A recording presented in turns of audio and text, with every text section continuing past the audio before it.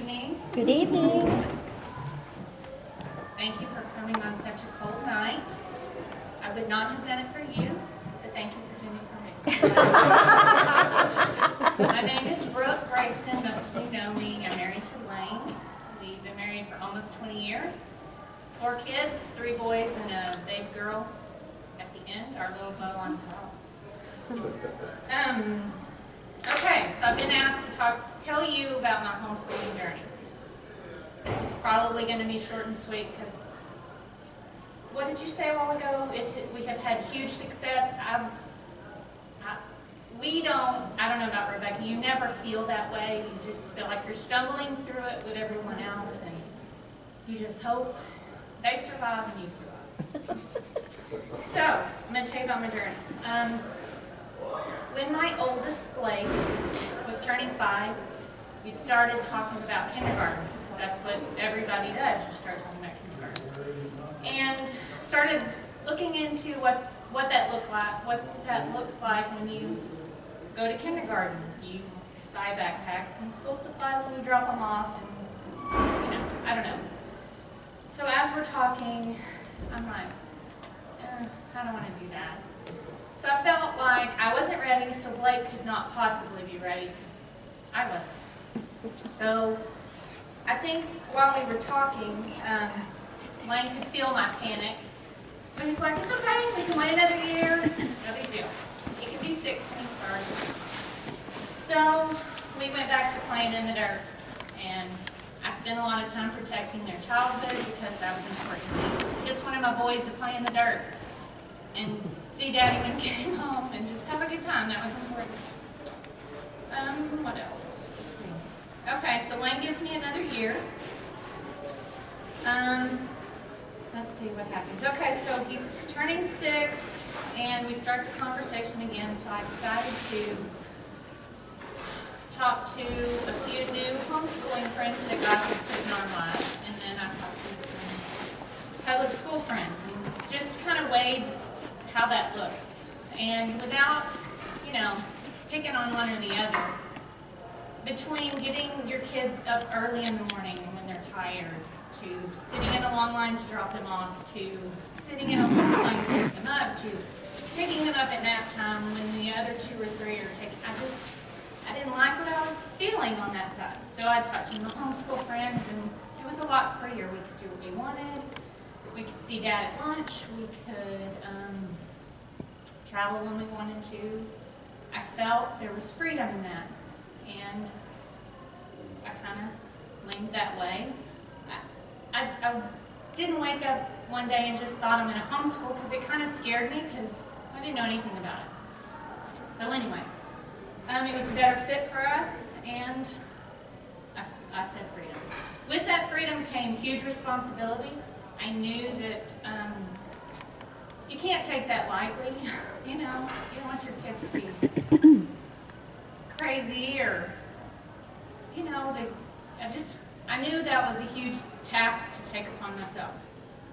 So we just started.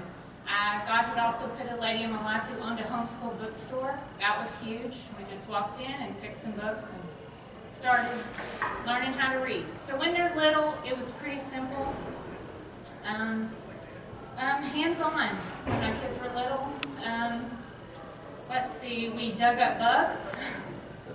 We played with worms. We picked plants. We took them apart. We went and got books and learned what those things were.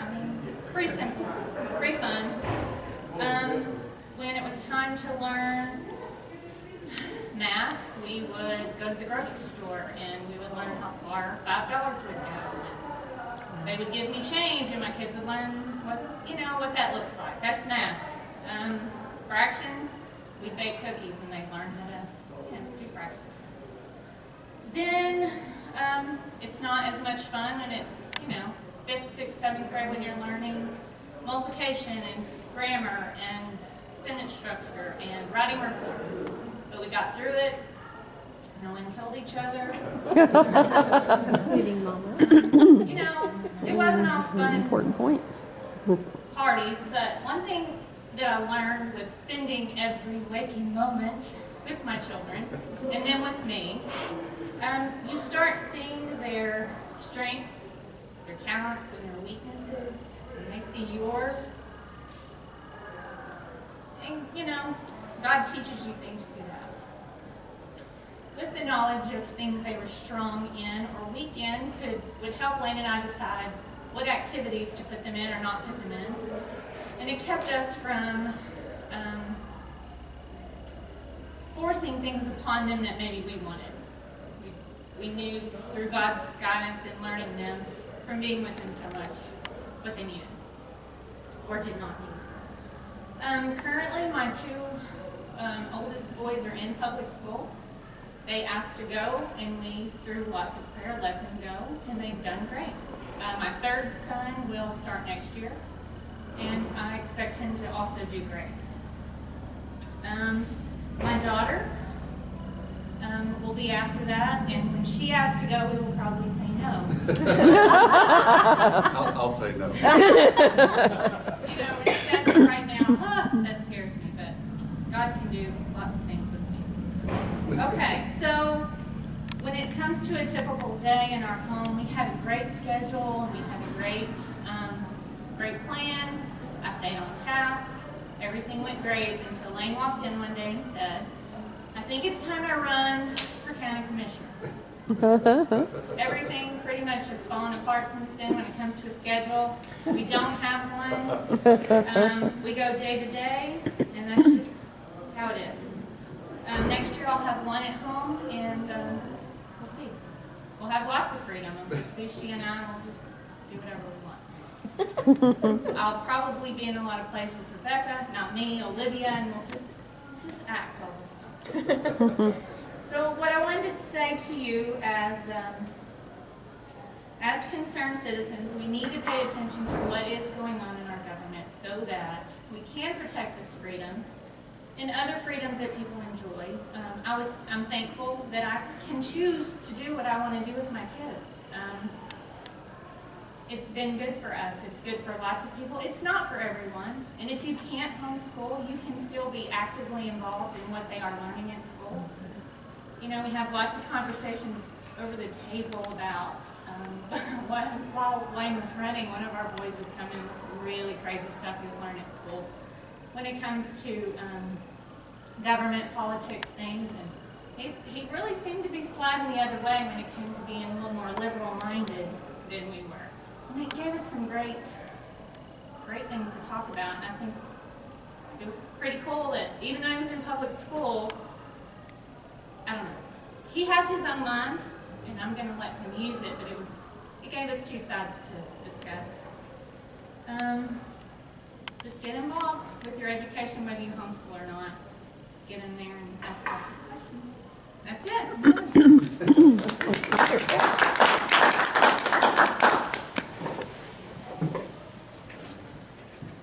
Okay, I'm going.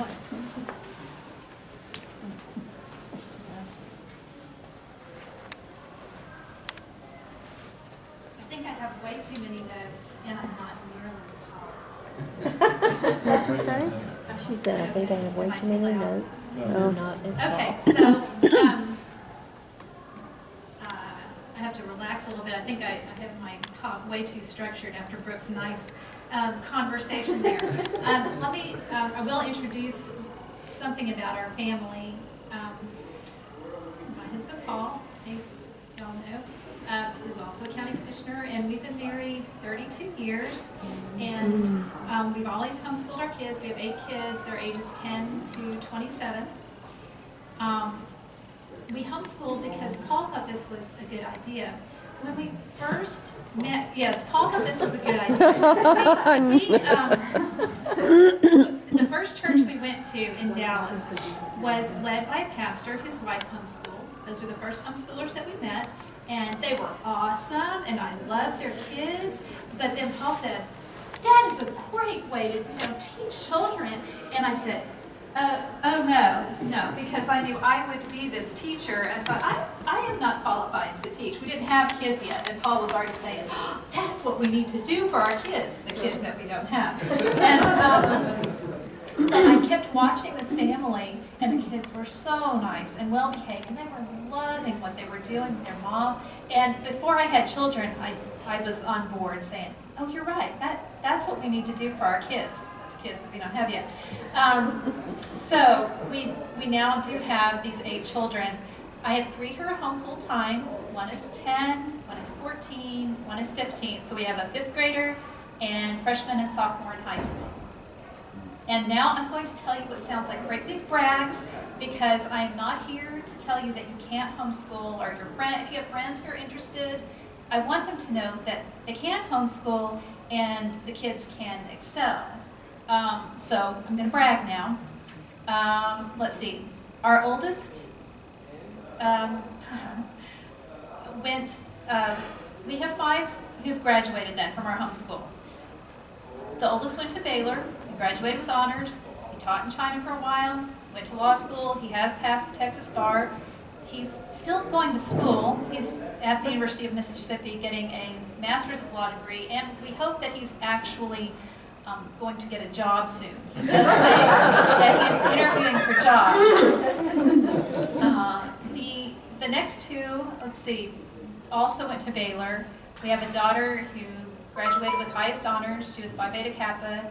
She got married while she was still at Baylor, and she's now expecting her 3rd child. Her husband he was also homeschooled, and he is getting his PhD at Notre Dame. He wants to teach political science. He's going to brainwash all the next generation about the Constitution and states' rights. That's his plan. The 3rd one went off to Baylor when she was 16. She graduated when she was 20 with highest honors, Phi Beta Kappa. Studied in Japan for a year. She's now at UT Law. She's at the very top of her class. I have one at Stephen F. Austin, who should graduate in December. She's 20 years old, so she's graduating a little bit early. And she had, part of her scholarship money is from Texas Right to Life. She is all about the babies. She would love to go to work for a nonprofit organization that is, some kind of pro-life nonprofit organization. Her degree is going to be in public relations. And she would like to do PR for a nonprofit. And then the last one who graduated went off to SMU. SMU is the most expensive university in the state of Texas. So it goes without saying that she has really good scholarships, both academic and talent. She's a music student at SMU. Okay, so that's the rundown on where all of them have ended up after spending all of their time home educating. That's that. Okay, so if you know somebody who's interested in homeschooling, the first thing they would need to know is what the rules are to teach your kids at home. And the state of Texas is just, they have such stringent regulations about homeschooling. So here are the things that you have to know, all the legal requirements that you must meet to teach in Texas. 1, the instruction must be bona fide. That is, it has to be real. It's not a sham. 2, the curriculum must be in visual form. It needs textbooks, computer monitor. 3, the curriculum must include the 5 basic subjects of reading, spelling, grammar, math, and good citizenship. And that is what you need. Those are the only legal requirements to teach your kids at home. Okay, and so let me just say this about that.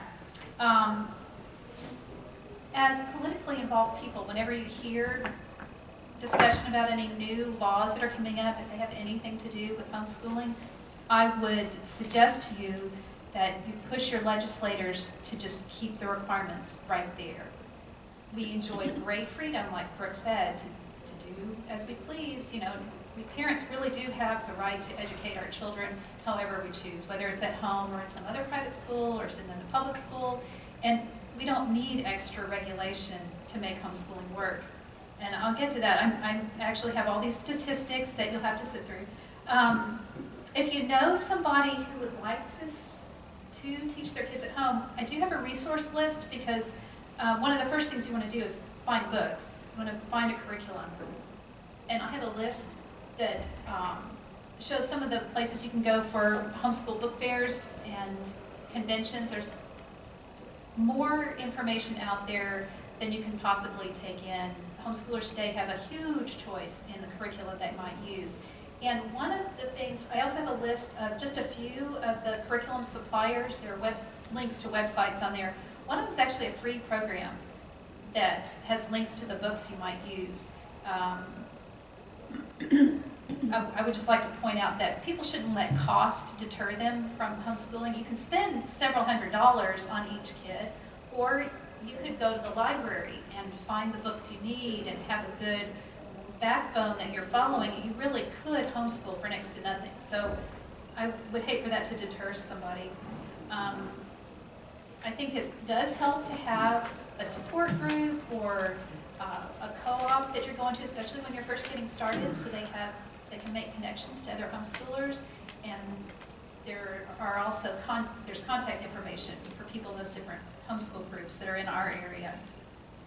I don't know if this really matters. I don't know that the people here, it might be good for you to know, if you know somebody who has their kids in public school and they were considering drawing them out, they don't need to be registered with the school district or receive permission to homeschool, but they would want to formally withdraw their kids from public school.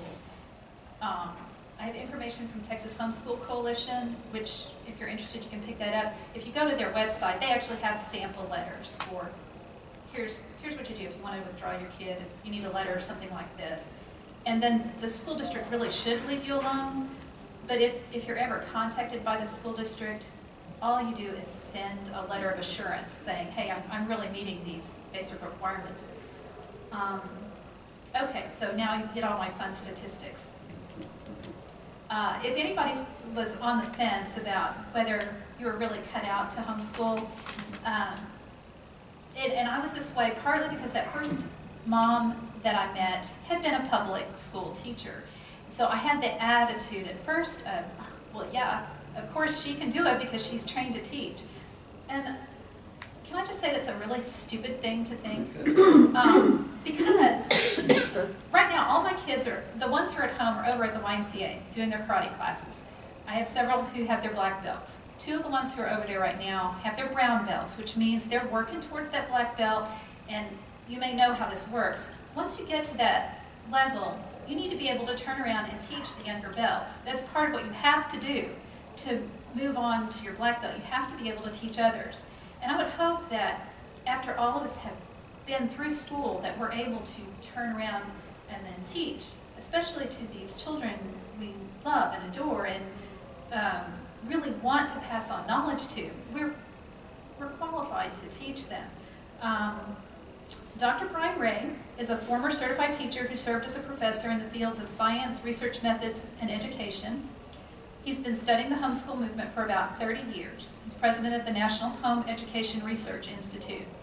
Based on his research, he says, homeschool students score above average on achievement tests regardless of their parents' level of formal education or their family's household income. In fact, the home educated typically, and this is regardless of their parents' educational background, score 15 to 30 percentile points above public school students on standardized academic achievement tests. He also states that whether homeschool parents were ever certified teachers is not related to their children's academic achievement. So people shouldn't feel like, I'm not a certified teacher, or I only went to high school, or whatever. None of that really matters, and probably, I would say, it's because you have these children who are getting real one-on-one instruction. They have instructions that is tailored to their own abilities, to their needs, to their interests. You can hardly beat that. When that first homeschooling mom that I met, I did talk to, and my son was 2 or 3 years old. I called her up and I said, oh, I think we're really going to teach our kids at home, and I need to know what to do. How am I going to get started? She said, read, read, read, and count everything. Which, it seems pretty obvious if you have preschoolers. That's basically what you do. But it's not like it's not brain surgery in terms of getting kids started. I still read to my kids. My kids who are in high school have to sit and listen to me every morning. That's how we start our day, is we do Bible study, and we usually read literature and or history. We have something, and it's helped my kids a lot to have that kind of, it's a way to have conversation with each other and kind of hopefully start the day out right. Let's see. If people are worried about how homeschooling might affect their children's choices after high school, obviously I already, did my little brag on my kids. They really, even though ours have definitely been on a college preparatory path, and God did give them good brains, they're not that unusual. People might sort of look at them and say, yeah, okay, well that's your family, that's what they did, that you guys are just geared that way or something. But no, here's some other statistics. Home educated students typically score above average on the SAT and ACT tests.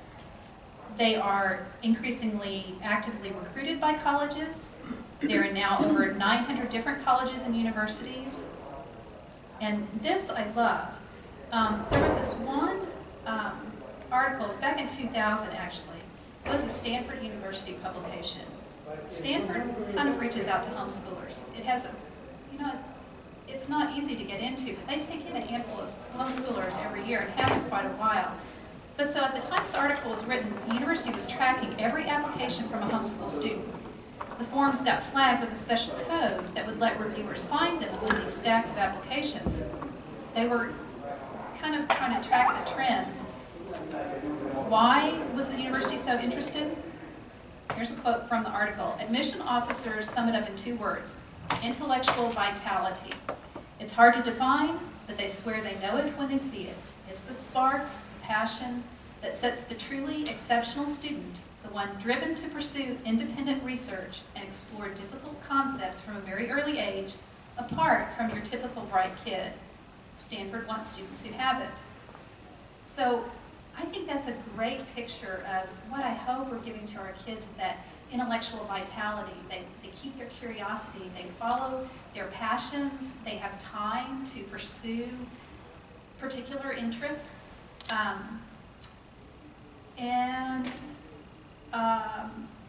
not just in order that they can be good college students. Whatever it is they choose to pursue, they're ready to be really good critical thinkers. I also have one more quote from Dr. Ray. He said that homeschoolers, as they grow up, they participate in local community service more frequently than does the general population. They vote and attend public meetings more frequently than the general population. So it's not just a matter of turning out good test takers. Hopefully we're turning out good critical thinkers who are going to be active in the community as well. The only other thing I was going to touch on, I think some of you probably know that this issue keeps coming up for the Texas legislature, and it's up again right now. This is the one thing that's sort of homeschooling related that's politically oriented, I guess. Currently, homeschool students in Texas may not participate in UIL activities, and every couple of years it comes before the legislature. They're again working to amend existing laws so that homeschool students will be able to play in UIL activities. It's often referred to as the Tim Tebow bill. It's HB 347 and SB 391 are the actual bill numbers right now. Texas Homeschool Coalition is actually pushing for this. Personally, do not think this is a good idea. I just think, I value the freedom that we have as Texas homeschoolers so much right now that I would rather not take the risk of allowing more restrictions to come in on homeschoolers. The Homeschool Coalition, in arguing for a bunch of homeschoolers who think this is a good idea because they're taxpayers, they're paying their tax money to support these activities, and they want their kids to participate, they swear up and down that, well, in other states where they have something similar, it hasn't caused more regulation. A lot of those states are already more highly regulated than Texas is, and the chances that we're opening the door for more regulation, I think, are pretty high. So that's my one political pitch. I don't think I have anything else, except to say, people always, are worried about whether homeschool students have enough social activities or whatever. Parents who homeschool have the same problems that any other parents do, and that's mostly that there are too many things to do. We tend to be overscheduled. There's 4-H, and there's church, there's karate, there's music, there's theater. However, theater is a lot of fun, and so if you know some kids who want to do theater, I have little flyers because we're holding auditions next week for our theater company, so there's my final plug. That really is my final plug. And I guess that's it.